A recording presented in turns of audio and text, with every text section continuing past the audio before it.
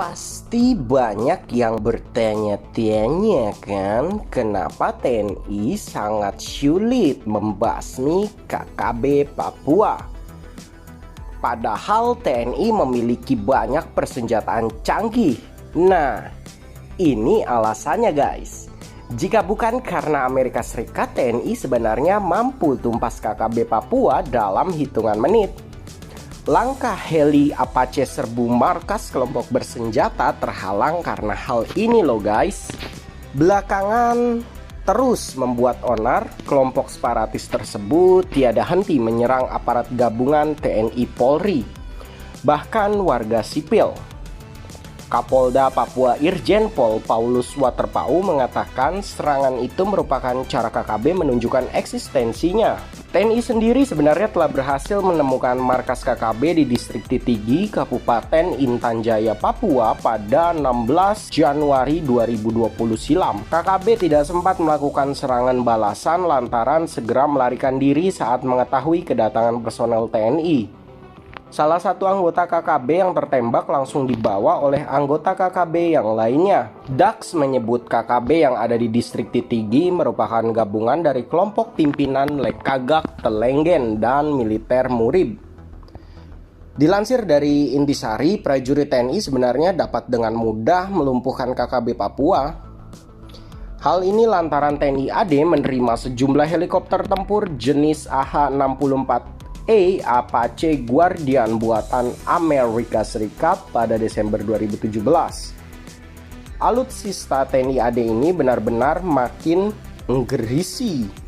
Nah, sebagai helikopter tempur yang berfungsi untuk menghancurkan tank dan sasaran berat lainnya, Apache diketahui dilengkapi rudal-rudal api neraka yang dikenal sebagai AGM-114 Hellfire. Tidak hanya tank yang bisa dihancurkan Apache, helikopter musuh bahkan jet tempur lawan dapat dirontokkan oleh Apache menggunakan rudal-rudal AIM-92 Stinger. Sedangkan untuk menghantam sasaran berupa sekelompok pasukan gerilya bersenjata, Apache juga bisa melumpuhkan gerilya atau KKB menggunakan senapan mesin Gatling M230 chain gun. Jika Gatling milik Apache sampai ditembakkan ke arah KKB, sulit sekali ada yang bisa lolos karena Gatling bisa menembakkan ribuan peluru dalam 1 menit. Begitu mengerikannya Apache jika digunakan dalam peperangan, maka sang digdaya dan maha kuasa Amerika melarang penggunaan Apache untuk melawan tentara pemberontak yang notabene masih warga negara bersangkutan. Jika larangan AS dalam MOU negara pembeli Apache sampai dilanggar, maka akan segera diterapkan embargo senjata oleh Amerika Serikat kepada para pembeli senjatanya, khususnya penghentian penyediaan suku cadang dan persenjataan Apache. Biasanya negara pengguna heli Apache oleh Amerika hanya diizinkan memakai Apache dalam peperangan melawan negara-negara bukan sekutu AS. Waduh, repot juga dong beli senjata Amerika ya guys. Jadi tidak boleh digunakan untuk melawan pemberontak dan tidak boleh digunakan untuk melawan negara sekutu Amerika. Mana banyak lagi, ada 30 negara men, NATO gitu loh. Nah, maka jika TNI AD tidak pernah sama sekali menggunakan Apache, misalnya hanya untuk sekedar menakut-nakuti KKB seperti yang ada di Papua, karena memang terkait larangan dari sang maha kuasa Amerika Serikat. Lagi pula TNI juga memiliki aturan sendiri untuk menggunakan alutsista canggihnya dan bukan asal memberangkatkan piranti tempurnya ke daerah konflik.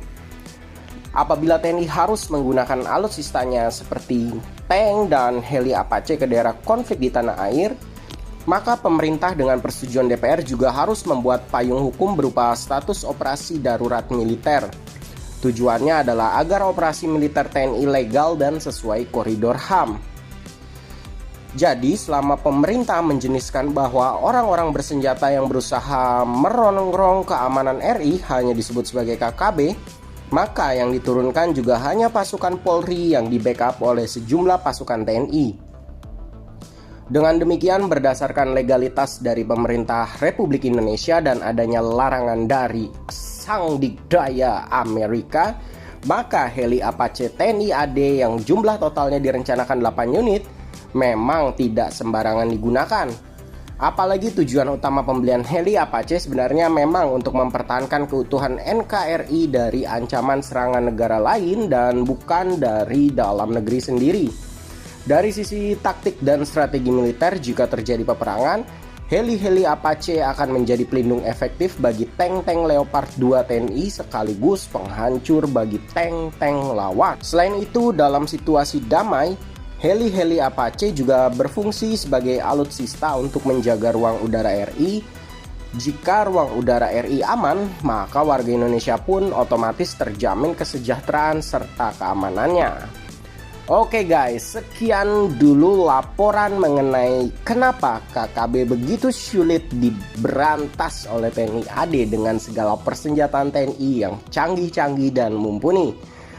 Jangan lupa subscribe dan like agar tak ketinggalan info lainnya dari Masih News Channel. Terima kasih.